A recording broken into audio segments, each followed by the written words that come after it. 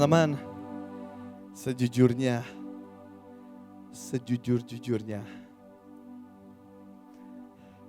kau senang banget dan kau bangga banget bisa sharing hari ini. Kau tahu waktu kau gak banyak, waktu kau cuma 20 menit, gak tahu termasuk tadi atau bukan. 20 menit kau lihat dari tadi, nanti kasih tahu aja kalau udah beres kau minta maaf. Waktu kau gak banyak, jadi kau akan sharing dengan sangat cepat. Tapi kau sangat bangga dan kau sangat senang, kau suka cita banget. Kau happy banget kau bisa sharing di sini. Kenapa? Karena kau sangat bangga. Karena kau bisa sharing di depan pahlawan-pahlawan iman akhir zaman. Engkaulah anak-anak Tuhan yang akan menggetarkan dunia ini. Lewat tanganmu mujizat-mujizat akan terjadi. Lewat mulutmu dunia akan digemparkan. Lewat kesaksian hidupmu satu persatu, jiwa-jiwa akan ditarik ke dalam kerajaan surga. Hari ini kau cuma ada satu senjata yang kau mau bagiin, yang kau bisa persenjatai. Dan kau bangga banget. Dan kau sampai hari ini kau bilang terima kasih Tuhan. Kalau detik ini Bevis masih bisa dikasih kesempatan untuk berdiri di depan pahlawan-pahlawan iman. It's an honor. Kalau mau bilang thank you buat setiap pahlawan-pahlawan iman. Thank you. Kalau kau boleh mewakili generasi-generasi sebelumnya. Kalau kau dikasih kesempatan untuk mewakili Paulus, untuk mewakili Petrus, untuk mewakili Pak Agung, untuk mewakili Pak Yusak, untuk mewakili semua pahlawan iman. Kau mau bilang dari hati yang terdalam, semua pahlawan iman di tempat ini, thank you. Thank you. Karena setelah ini, engkau sedang memegang tongkat estafet. Dan tongkat estafet itu harganya sangat mahal dan tidak ternilai. Beberapa pahlawan iman, demi tongkat estafet itu, mereka berikan nyawanya. Demi tongkat estafet itu, mereka berikan cita-citanya. Demi tongkat estafet itu, mereka tinggalkan keluarganya. Demi tongkat estafet itu. Dan tongkat estafet yang sama, yang hari ini Tuhan akan berikan ke teman-teman satu persatu. Dan saat teman-teman saling berlari sampai garis akhir, saya bilang, thank you. Thank you. Ada satu senjata yang mau bagikan untuk setiap pahlawan iman. Mari kita buka Hakim-Hakim 14. Hakim-Hakim 14. Di Hakim-Hakim 14 ini dikatakan seperti ini. Ada satu pahlawan iman yang begitu konyol menurut Koko. Tapi Alkitab tulis untuk kita pelajari. Ada sangat panjang sebenarnya. Satu aja kalau mau bahas satu, banyak banget yang mau pengen bahas sebenarnya. Tapi satu aja dengan waktu. Yang bernama Simson. Dia adalah hakim yang dari kecilnya Tuhan udah datang. Dan Tuhan bilang kepada mama papanya, dia akan menjadi pahlawan iman. Dia menjadi sangat kuat. Satu-satunya pahlawan iman yang urapannya menembus kulitnya. Dan bisa mengangkat tembok. Tiang-tiang tembok yang begitu kuat gerbang diangkat. Satu-satunya pahlawan iman yang lihat singa dikoyak gampang banget. Satu-satunya pahlawan iman yang dia ambil rehan keledai. Dia pukul 1000 orang mati.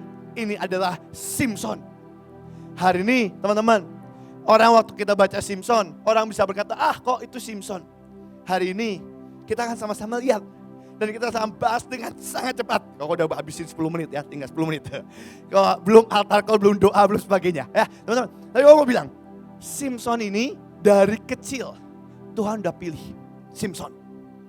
Dengan urapan, dengan covenant dan perjanjian. Tuhan pilih Simson. Hari ini, tahukah engkau? Bahkan dari engkau dikandung di perut mamahmu. Tuhan udah pilih engkau satu persatu. Jadi apa? Jadi pembawa-pembawa lawatan.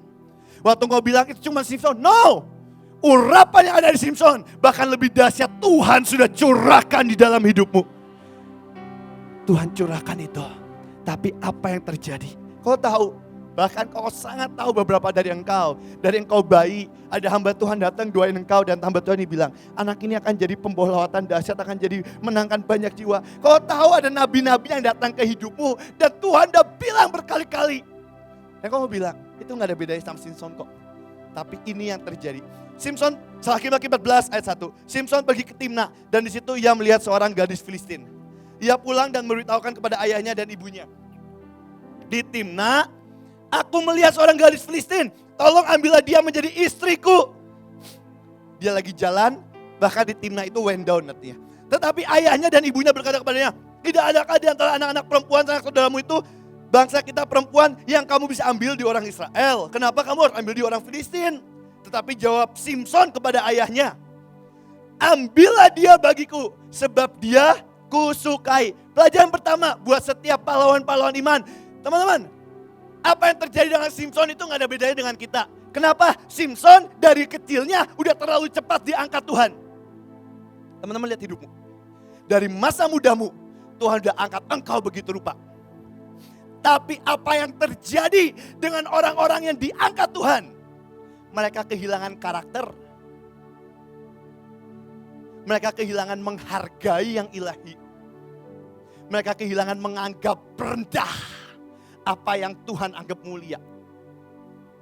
Hari itu Simson di tengah setiap urapan. Kau tahu di sini ada WL yang ketika engkau naik, engkau megang mic, hadirat Tuhan turun. Kau tahu di sini ada pendoa-pendoa, pemain-pemain musik, penari-penari yang waktu engkau berdoa dan engkau bernubuat dan itu semua dijawab oleh Tuhan. Kau tahu itu. Makanya kau sampaikan ini. Apa yang terjadi buat orang-orang seperti itu? Saat Tuhan terlalu cepat mengangkat naik, kenapa Tuhan terlalu cepat mengangkat naik? Karena waktunya sudah sangat singkat. Kok itu terjadi cuma buat aku? No, buat Koko juga. Koko ini anak yang bukan siapa-siapa. Tuhan akan naik Apa yang terjadi? Koko gak punya karakter. Koko menganggap rendah apa yang ilahi. Koko anggap remeh semuanya. Dan teman bayangin di sini ya. Hari itu dia bilang gini kepada papanya. Ambillah dia bagiku sebab dia kusukai. Anak masih umur 17 tahun. Bilang ke papanya, Pah, aku mau cewek ini, aku habis jalan-jalan di mall, aku mau cewek ini. Papanya bilang, jangan nak, ambil yang orang Kristen aja. Mungkin kau gambarnya sekarang. Terus anaknya bilang ke papanya, Pah, ambil sekarang. Koko baru punya anak namanya Joakim. Kalau Joakim umur 17 berani ngomong gitu ke Koko. Dan kalau Joakim bilang, Pah, Papa Bevis, ambil sekarang jadi istriku. Koko gampar langsung. Kenapa? Gak ada etika. Dan ini yang terjadi ketika seorang anak diangkat Tuhan terlalu tinggi. Tapi kekonyolan itu dimulai. Ini belum selesai, ini baru dimulai. Dan terus bergulir. Tetapi ayah tidak tahu ibunya bahwa hal itu dipandang Tuhan. Sebab memang Simson harus mencari gara-gara. Akhirnya mereka pergi ke Timna. Berkuasalah roh Tuhan ayat 6. Sehingga singa dicabiknya dan sebagainya. Akhirnya nikah.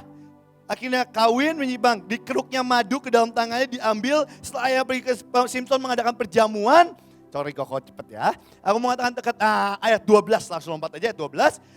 Kata Simson kepada mereka di tengah kekonyolan-kekonyolan. Aku mau mengatakan teka-teki kepada kamu. Jika kamu dapat memberi jawabnya yang tepat kepadaku. Dalam 7 hari selama perjamuan ini berlangsung dan menebaknya, maka aku akan memberikan kepadamu 30 pakaian lenan. Karena hari itu buat bayar nikah itu mahal teman-teman ya. Kemarin tahun kemarin baru nikah itu expensive ya. Nah ayat 13, tetapi jika kamu tidak dapat memberi jawabnya, kamu gantian yang kamu bayar. Akhirnya satu-satunya cara yang Simson bilang akhirnya gambling, judi. Buat dapat uang cepat. Ayat 14, inilah pertanyaannya. Dari yang makan keluar makanan, dari yang kuat keluar apa? Manisan. Apa sih yang Simson lagi tanyain ini? Simson sebenarnya lagi bernubuat tentang dirinya sendiri. Roh Tuhan sedang memimpin Simson untuk mengucapkan nubuat tentang dirinya. Dari yang keluar, dari yang kuat, keluar yang manis, sweet. Saudara, teman-teman, hidup kita.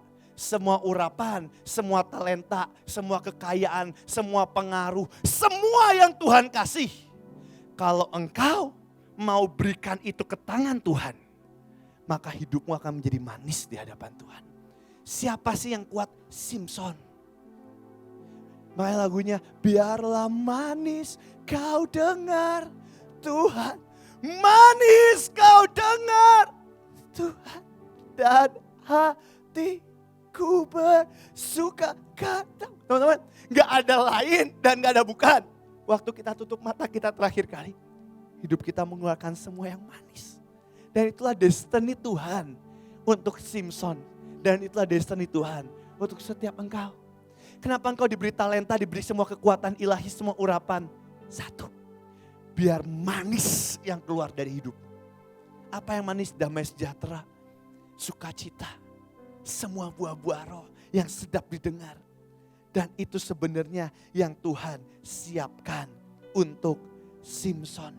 Tapi di tengah kekacauannya, kita buka ya, langsung loncat 5 menit lagi. Hakim-Hakim 16 ayat 21. Hakim-Hakim 16 ayat 4 aja dulu. Di tengah kekacauannya, tengah perjinahannya, dia sangat suka untuk berjinah. Mencari perempuan jalan dan semuanya. Oh, santai aja berarti boleh ya. Siap, padahal tadi udah diingetin. Oke, kalau santai aja lebih pelan ya. Sesudah itu Simpson jatuh cinta kepada seorang perempuan dari lembah Sorek yang bernama Delila. Kadang kita suka sweet ya kalau KKR. Simpson, Delila, singa. Nah, ayat 5, lalu datanglah raja-raja kota orang Filistin kepada perempuan itu sambil berkata, cobalah bujuk dia untuk mengetahui karena apakah kekuatan demikian. Dan dengan dapat kami mengalahkan dia, mengikat dia untuk ini yang setan lakukan kepada setiap pahlawan iman. Kepada engkau dan kepada Koko. Ini yang setan coba lakukan. Apa? Kami dapat mengalahkan dia. Pertama, setan step pertama akan berusaha mengalahkan setiap pahlawan-pahlawan iman. Dengan apa kok? Dengan kesenangannya. Dengan kesenangan atau dengan kekecewaan. Orang yang seperti Simpson senang untuk berjinah. Setan akan tawarkan itu terus sampai apa? Sampai orang itu kalah. Pertama dia menang, enggak aku tolak. Lama-lama jatuh, mengalahkan dia. Orang yang berjuang seperti jatuh di perzinahan atau video porno. Pertama, kedua, ketiga kau tolak dan kau menang. Tapi setan tetap berjuang untuk mengalahkan. Setelah udah mengalahkan dan apa? Mengikat dia. Habis mengalahkan dan mengikat dia. Yang kedua setelah kita dikalahkan, taktik setan mengikat kita. Terikat dengan perzinahan, terikat dengan video porno, terikat dengan kemarahan, terikat dengan setiap dosa. Hari ini teman-teman, kalau ada anak-anak Tuhan, ada pahlawan-pahlawan iman. Kalian sedang berdiri di depan pahlawan-pahlawan iman. Kalau ada pahlawan-pahlawan iman, yang kau terikat dengan sesuatu. Dosa demi dosa apapun kau gak tahu. Engkau terikat habis ini. Kita akan doa sama-sama. Dan kau tidak boleh keluar dari tempat ini. Sebelum engkau dilepaskan oleh Roh Allah. Setiap ikatan itu. Gak usah gengsi. Banyak dari kau bilang aku gengsi kalau aku tunjukin ikatanku. Orang gak menghargaiku. I don't care. Karena bukan tentang manusia menghargai kita. Tapi tentang Tuhan melihat setiap kita. Yang kedua, mengikat dia. Dan ini yang paling bahaya. Setelah orang itu diikat, dia kalau nggak nonton video porno, nggak ngakuin dosa, ada yang kurang. Diikat. Yang ketiga, untuk apa? Menundukkannya. Yang terakhir, ditundukkan. Ditundukkan itu seperti apa sih kok? Satu kali kalau lihat ada anak anjing, dan ada tuan yang jahat. Dan anak anjing ini senang banget makanan. Satu kali dibuat lapar, ditaruh makanannya di sini. Tapi dia diikat tali. Makanannya mungkin jarak 30 cm. Talinya cuma jaraknya 29 cm. Cuman kurang 1 cm dari makanannya. Waktu dibuat lapar, anak anjing ini, dia lihat makanannya. Dia akan lari sekuat-kuatnya. Hari pertama. Dan dia gak bisa dapat makanannya. Kurang 1 cm aja. Hari kedua dia lari sekuat-kuatnya. Dan untuk pahlawan sekuat apapun. Paling lama cuma perlu 3-5 hari. Akhirnya anjing yang paling kuat. Yang paling ganas, yang paling perkasa pun. Akhirnya ditundukkan dalam waktu 5 hari. Ketika dalam waktu 5 hari makanannya tetap gak berubah. Talinya dicopot, cepat. Anjing ini bahkan gak mau melangkahkan 1 kaki pun untuk makanannya. Kenapa? Karena setiap kali detik demi detik dia lari ngambil makanan.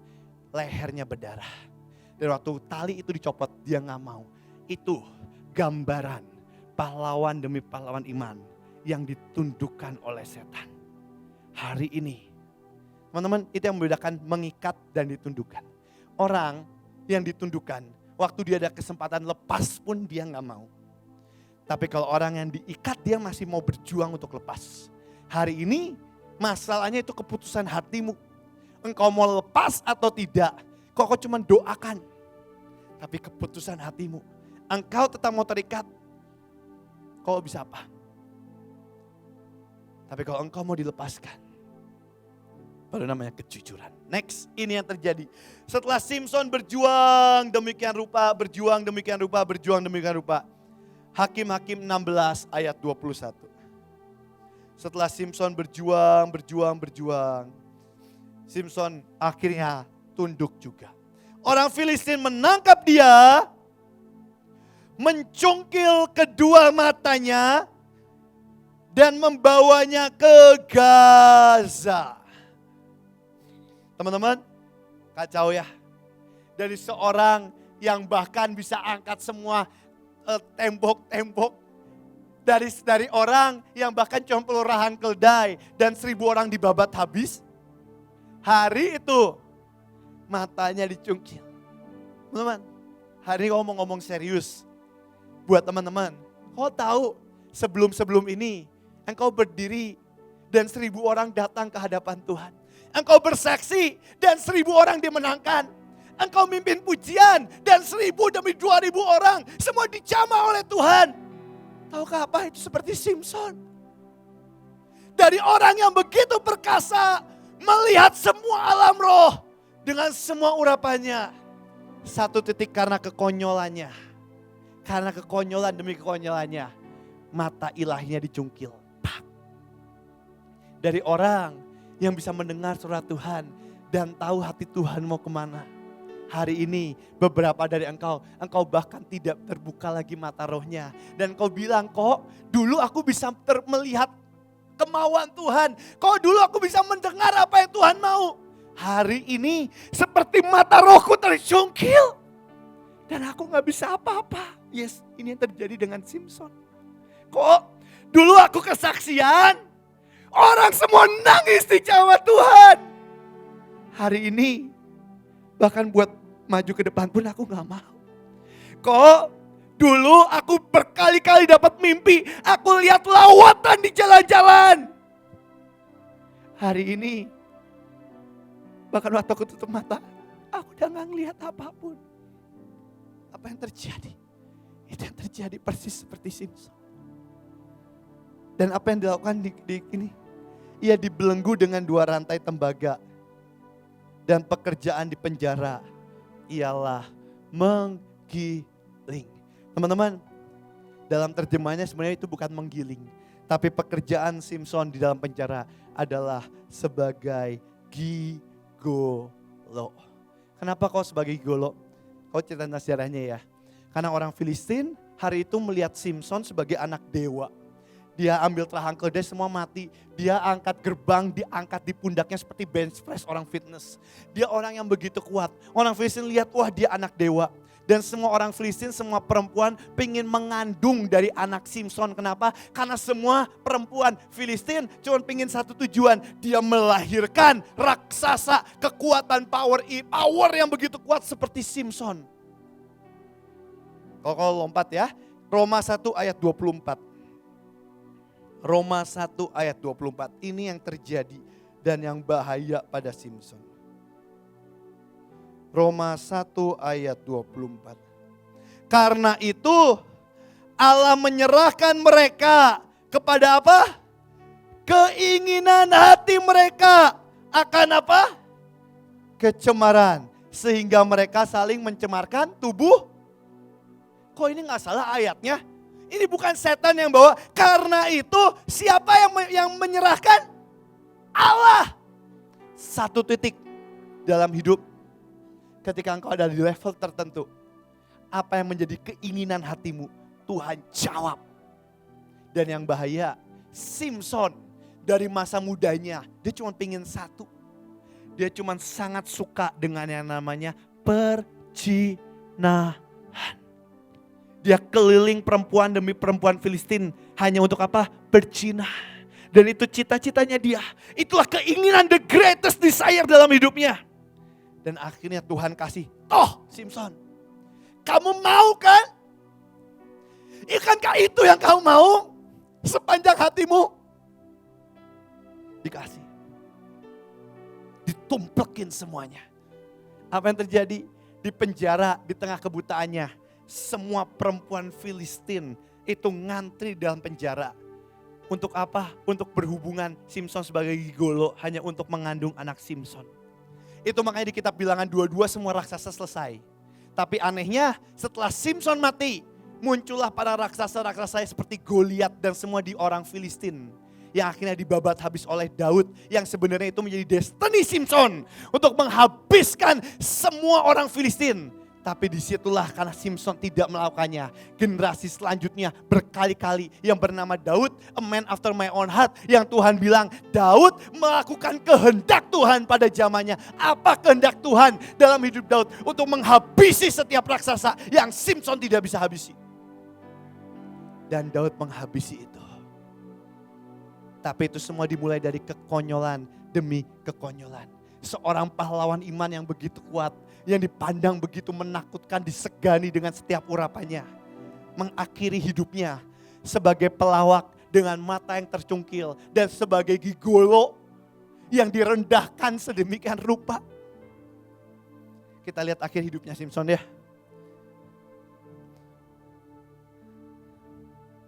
Kita balik lagi ke Hakim-Hakim 16, habis itu kalau selesai.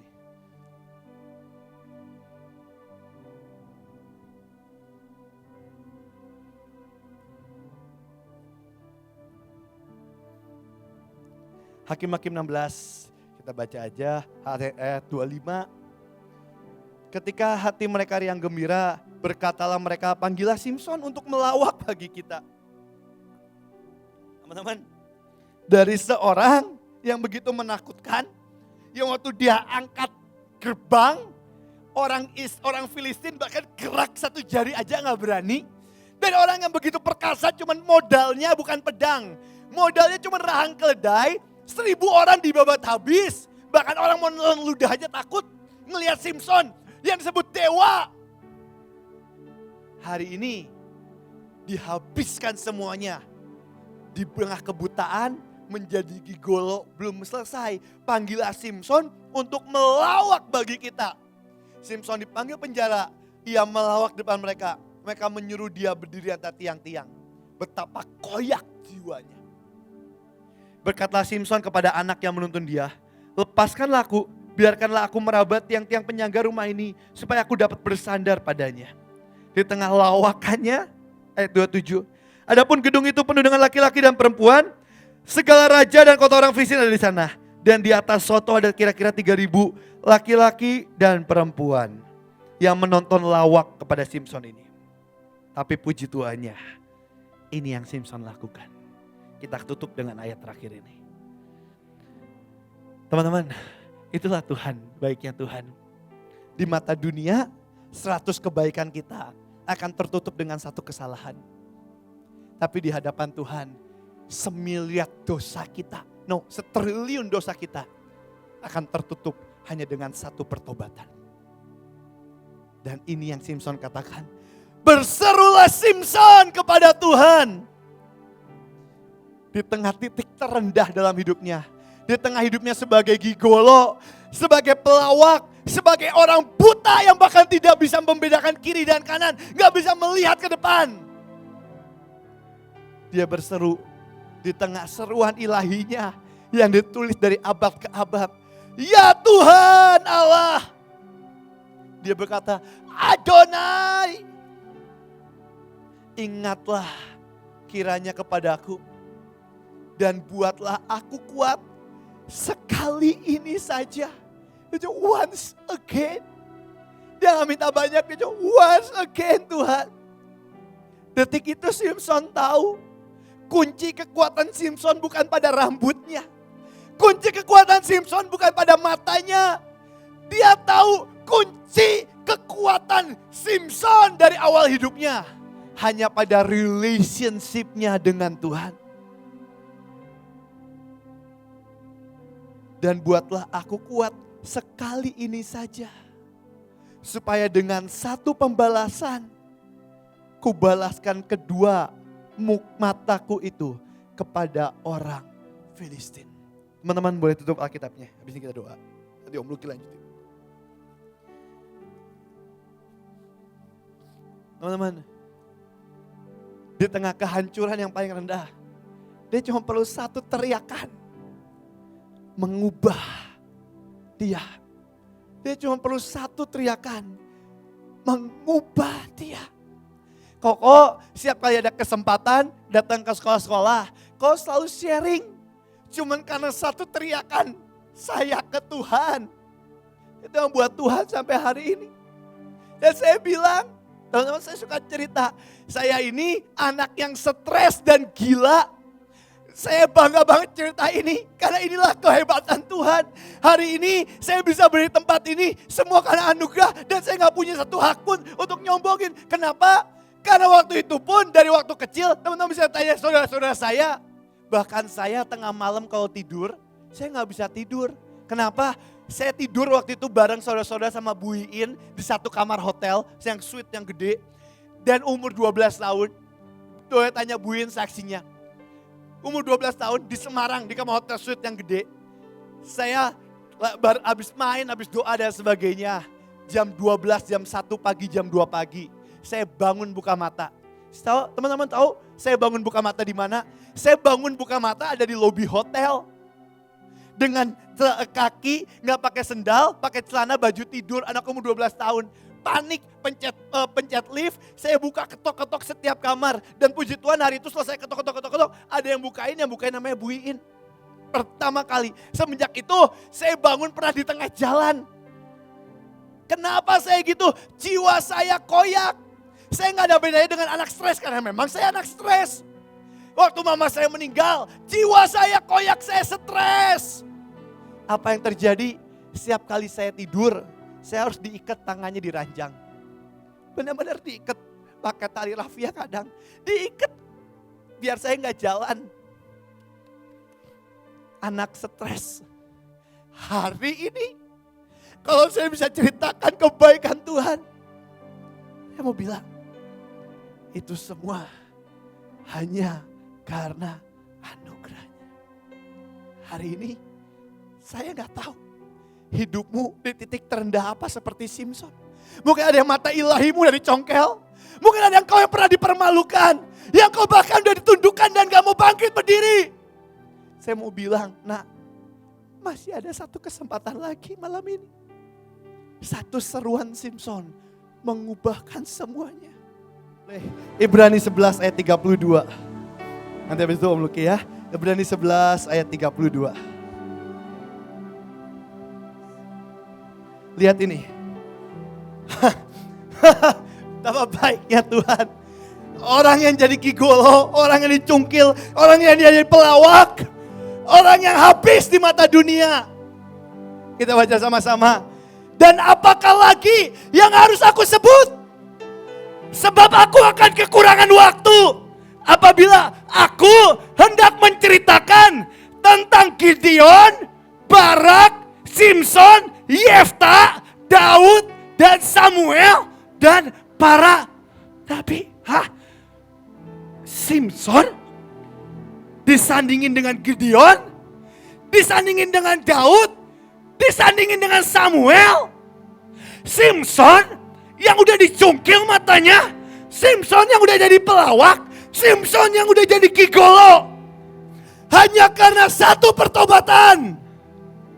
Hari ini, ahli teologi tidak pernah mengerti kenapa Simpson dimasukkan ke dalam barisan pahlawan-pahlawan iman. Tapi aku mau bilang, hanya karena satu pertobatan, hanya karena satu seruan yang berkata, ya Tuhan. Hanya sana satu seruan. Hanya karena satu seruan di akhir membuat Simpson di surga sana berdiri di barisan para saksi-saksi iman akhir zaman yang ditulis dari abad ke abad sampai detik ini. Hari ini saat orang berkata tentang kau, orang mentertawakan dan berkata, yang benar kamu, yang hidupnya udah kacau, yang udah nyebelin.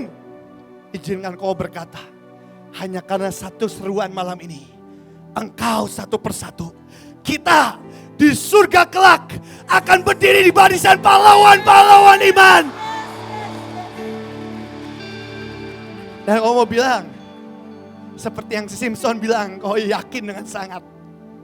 Itu semua bukan karena kekuatan kita. Itu semua hanya karena kasih setia yang dari Tuhan.